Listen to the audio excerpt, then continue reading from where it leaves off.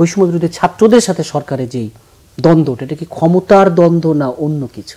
Challenging একটা সময়ের মধ্যে এসে পড়েছি যেখানে এক্স্যাক্টলি কে কোন ডিসিশনগুলো নিচ্ছে এবং এই ডিসিশনগুলো কিভাবে নেওয়া হচ্ছে এগুলো নিয়ে আমরা কিছু দূর সন্দিহান। কারণ আমরা প্রথম থেকে দেখেছি যে অন্তর্বর্তীকালীন সরকার, অন্তর্বর্তীকালীন সরকারকে আমরা খুবই সহযোগিতার সাথে এবং সম্মানের সাথে, শ্রদ্ধার সাথে কথা বলছি।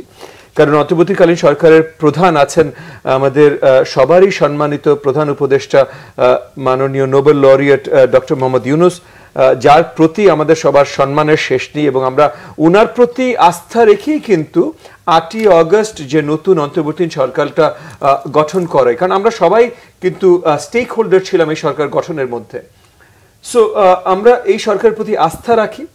তবে আমরা প্রথম থেকে যেটা দেখেছি যে যতখানি তারা আলোচনা স্টেক হোল্ডারদের সাথে করতে পারতেন, স্পেশালি রাজনৈতিক দল, সব স্টেক হোল্ডারই বলছি, বা রাজনৈতিক দলগুলো, তাদের সাথে অতখানি করা হয়নি।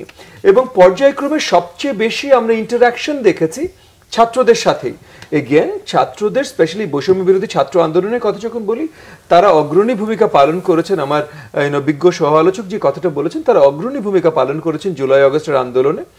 হ্যাভিং সেড দ্যাট, আমরা প্রথম থেকে দেখেছি কিন্তু তাদের সাথে একটা অতি নিগুড় সম্পর্ক আমাদের অন্তর্বর্তীকালীন সরকারের সাথে। যেমন আমি একটা উদাহরণস্বরূপ যদি বলি, যে সংবিধান সংস্কারের যে কমিশনটা বসানোর কথা, সেখানে শুরুতে একজনকে দায়িত্ব দেয়া হলো, স্বনামধন্য বাংলাদেশের একজন কনস্টিটিউশনাল এক্সপার্ট, একজন অ্যাডভোকেটকে দায়িত্ব দেয়া হলো। কিন্তু তারপর আমরা যেটা পরে পিছন থেকে ভেতর থেকে জানতে পারলাম যে এই যে আপনার বৈষম্য বিরোধী ছাত্র আন্দোলনের নেতৃত্বে যারা আছেন তরুণরা, again they are young boys, young boys and girls, again very spirited, ভালো ছেলে মেয়ে, কিন্তু তরুণ তো ভাই, অভিজ্ঞতার তো একটু কমতি আছে।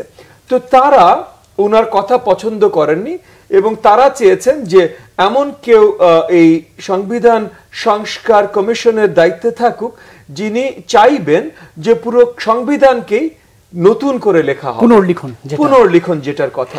তো সেই আলোকে, তাদের চাওয়ার আলোকে সংবিধান সংস্কার কমিশনের চিফ হঠাৎ করেই বদলে দেয়া হলো এবং ফাইনালি একজন রাষ্ট্রবিজ্ঞানের বিশেষজ্ঞ, যিনি বাংলাদেশেও থাকেন না, বিদেশে থাকে, বিদেশে মাটিতে, এখানে উনিও অত্যন্ত অভিজ্ঞ এবং জ্ঞানী ব্যক্তি, কিন্তু তাকে এই দায়িত্বটা দেয়া হলো। তার মানে আমরা দেখছি যে বৈষম্য বিরোধী ছাত্র আন্দোলন বা ছাত্ররা যে আওয়াজটা তুলছে, সেই আওয়াজটাই আপনার অন্তর্বর্তীকালীন সরকার খুব শক্তভাবে শুনছে। এখন এগেন এটা যে খারাপ আমি তাও বলছি না, সবসময় তো আবার শুনছে না, না সবসময় শুনছে না, এই জায়গাটাই আমি বলছি যে না, শুনছে ভাই। মানে এই পর্যন্ত যতবার দেখেছি, যেমন মনে করেন যে আমাদের হাইকোর্টে, মানে গণতন্ত্রের তীর্থস্থান বলে যদি কোনো জায়গা তৈরি থাকে, সেটা হলো আমাদের কোর্ট প্রাঙ্গণ, স্পেশালি হাইকোর্ট প্রাঙ্গণে যখন 12 জন জাস্টিসের বদল তারা চাইলেন, তখন মানে তারা যে হাইকোর্ট ঘেরাও করলেন এবং ঘেরাওটাও কিছু দূর, কারণ এগেন আসলে এটা তো বিশ্বাসযোগ্য না যে ছাত্রদের কাছে হঠাৎ করে 12 জন জাস্টিসের নাম চলে এসছে, ছাত্ররা তো আর ভাই 12 জন জাস্টিসকে চেনে না, তো এই নামটাও তো কেউ দিয়েছে। তো তারা যে কোর্ট ঘেরাও করলেন এবং ওই 12 জন জাস্টিসকে তখনই ছুটিতে পাঠানো হলো।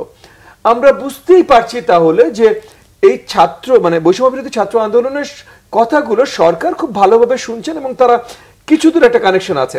এগেন এটাকেও আমি নিন্দা করছি না, আমি জাস্ট বলছি যে এই কানেকশনটা যদি রাজনৈতিক দলদের সাথে এবং আরো বিশেষ স্টেক হোল্ডার, যেমন ব্যবসায়ী সমাজ, কারণ এগেন আমাদের দেশে কিন্তু সবচেয়ে বড় প্রবলেম যেই জায়গায়, মানে অনেক কিছু করেছে ভাই এই হাসিনার ফ্যাসিস্ট সরকার, অনেক ভুল ত্রুটি, মানে অনেক দোষ করেছে এবং দেশকে অনেক জায়গায় ভঙ্গুর করেছে। সবচেয়ে বড় ভঙ্গুর যে জায়গায় করেছে সেটা হলো দেশের অর্থনীতি ভাই। এবং দেশের অর্থনীতি যদি আমার পুনরুদ্ধার করতে হয়, তাহলে ব্যবসায়ী সমাজের সাথে আলোচনা করে তাদের কি প্রয়োজন, তারা কিভাবে দেশের অর্থনীতিটাকে পুনরুদ্ধার করতে পারবে, এইটা তাদের সাথে বসা দরকার। কিন্তু আমরা বারবার একটু আশাহত হচ্ছি। এগেন আমাদের অন্তর্বর্তীকালীন সরকার, আমি তাদের নিন্দা করব না, আমি সমালোচনা ভিত্তিক ভাবে বলছি যে আমরা একটু আশাহত হয়েছি যে রাজনৈতিক দলের সাথে বা ব্যবসায়ী সমাজের সাথে বা গুরুত্বপূর্ণ স্টেক হোল্ডারদের সাথে না বসে আমাদের তরুণরা শুধু যেটা বলছে, এগেন তরুণদের কথা শুনবো না তা না, কিন্তু আমরা রাজনৈতিক দল হিসেবেও আমার দল এনডিএম আমরা তরুণদের কথা শুনতে চাই।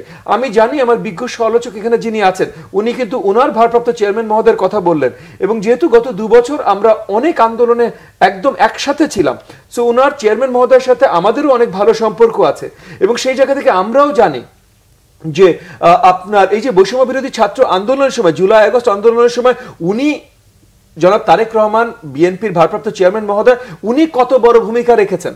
মানে আমার সাথে উনি কয়শবার কথা বলছেন এটা বাদ দিলাম, আজকে এমন কোন বড় দায়িত্বপ্রাপ্ত বৈষম্য বিরোধী ছাত্র আন্দোলনের নেতা নেই, মানে তরুণ নেতা নেই, যার সাথে 10 বার 20 বার 100 বার উনি ফোনে কথা বলেননি, দিক নির্দেশনা দিতে চেষ্টা করেননি বা সহযোগিতা করতে চেষ্টা করেননি। সো ওই জায়গা থেকে আমি জানি যে বিএনপিও কিন্তু তরুণদের কথা শুনছে, আমরা এনডিএম তরুণদের কথা শুনছি। তো আমরা সবাই তরুণদের কথা শুনছি, খুব ভালো, কিন্তু বাকি যারা অভিজ্ঞ তাদের কথাও অন্তর্বর্তীকালীন সরকারের শোনা প্রয়োজন।